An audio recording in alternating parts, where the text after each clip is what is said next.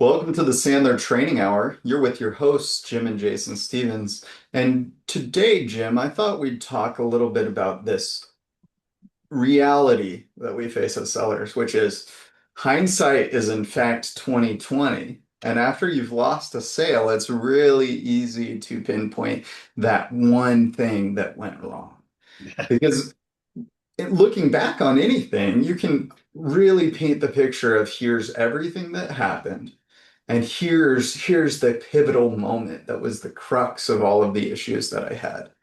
And today I wanted us to talk about how that may not, in fact, be a real analysis of what happened, because losing a sale isn't once one thing took place that sabotaged the whole thing. It's a series of stumbles that get in the way from a seller communicating to a buyer why Yeah. they should or should not move forward with whatever the conversation is.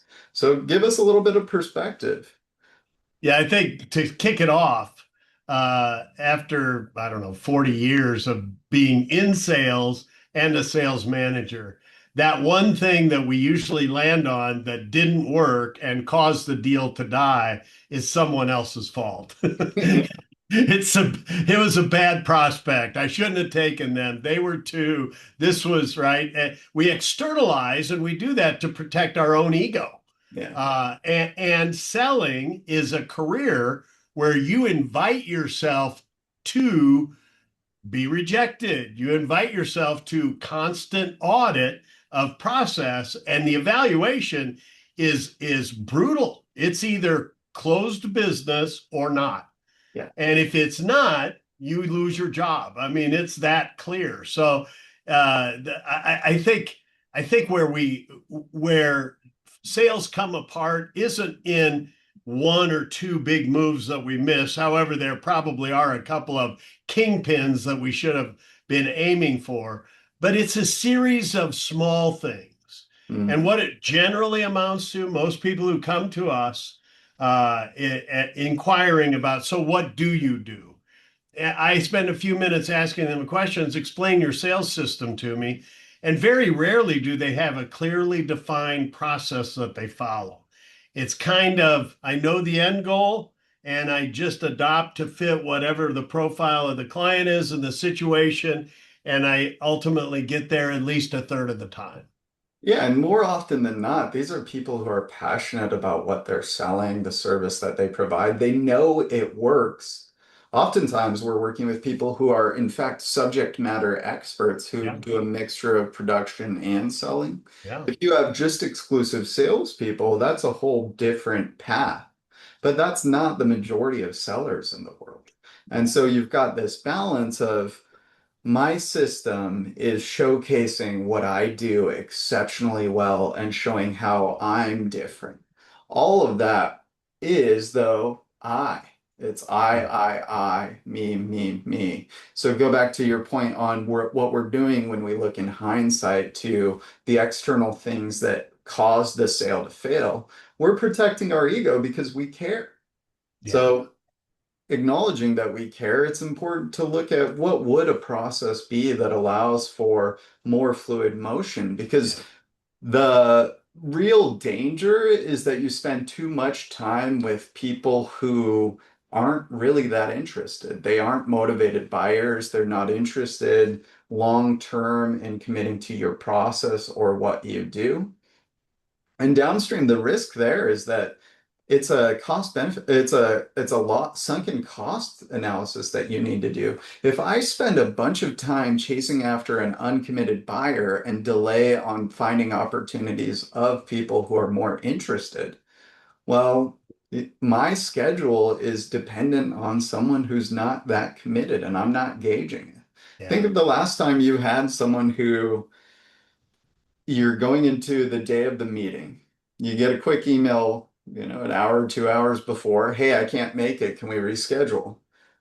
Well, yeah, I'm more than willing to accommodate you, but the reality is I have focused on this and now I need to reassess my focus. And if I put you downstream, say 2 days a week, now I'm focused on that and I'm allowing you to fill opportunity slots in my pipeline under the assumption that you are the best opportunity for me. So, Jim, Yeah. thinking about that process, like where do we start if we don't have an explicit plan? I think you've got to look at what are the macro steps in your process that are causing you the most heartburn, Mhm. and because those we want to fix. And what are the micro steps that lead to success? So we got to think in terms of both. I remember the like I'll take the conversation about investment. In the Sandler world, we look at investment as not just the financial piece, but also time, energy, emotion, access to whatever body of knowledge you need. So all of that is baked into this concept of investment. And before Sandler, my version of the budget step was giving them a proposal. Mhm. So I'm selling remodeling. I'd go out to, and I remember this one specific instance that really woke me up to, I have a serious problem here and I need to fix it. And that's what started my quest to find Sandler. I'm selling a kitchen remodel. The people liked me. I liked them. We were a good fit, the right neighborhood. We've done dozens of homes up there. All systems go. I do my initial phone call. I do an initial walkthrough, and mind you, never mentioning anything about the investment required. Yeah. So when I come back to present, I'm going through the presentation page by page, and I'm watching it's a couple, and I'm watching the wife.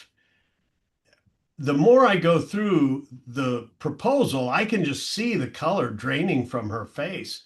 And when I finally got to, and here's how much it is, I thought she was going to pass out. In their mind, it was going to be 15, maybe 20,000. And here it is over 85. And she was emotionally distraught as a result of my failure to ask the simple question, hey, rough numbers, what are you thinking about investing? Because if I had that piece of information, do you think I would have bothered putting together an $85,000 deal? No. So it's recognizing these macro steps.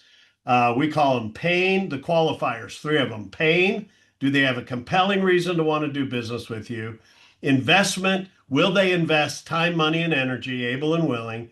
And decision, how do they go about making decisions? Who do they lean on for information? Those three pillars, got to get those straight. But beyond that, there's a lot of micro steps that you really need to manage. Yeah, and if you think about how people grow or improve as sellers, generally they're looking at one specific moment. They're hyper focused. So it might be what are the closing techniques that I can really Yeah. rely on in order to get better movement. But if you're running at like if your close rate is close to 80%, there's generally two things you can do there. You can raise your prices to drop it and then get better in a different category, or you can overindulge yourself and try and get better at something that you're pretty competent with. Yeah. The reality, though, is like downstream of that, how many people are we converting from an initial conversation to a discovery meeting? Yeah. If that's a low number, then something's happening in that moment that needs to improve. If we get a lot of discovery meetings, but people don't move forward in our process either because they're not clear or it's not a good opportunity, then maybe there's something before that.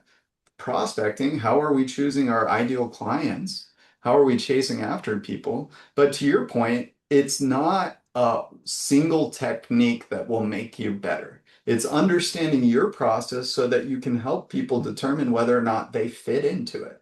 Yeah. If I, you have a process that's secret, you don't get credit for having a process. If it exists in your head, it's actually just a concept. and I would say that if you have focusing on a specific component can actually be a detriment, because at the time of that story, I was going through a sales boot camp by a trainer, Tom Hopkins. Tom Hopkins was a real estate sales guy who turned trainer, and so Tom was big on closes. So I was working hard on the Ben Franklin close. So I was all ready to do the close, but Yeah. by the time I got to the close, man, there was no close to be had because they were just both devastated Yeah. by the budget step, which was non-existent. I can blame that I didn't know.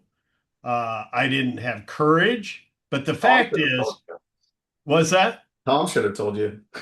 right? Yeah, but Tom had one thing he wanted us to work on, close the sale. And Yep. why do salespeople get that pushy salesperson moniker? Because that's what we're doing. We're working to close the sale.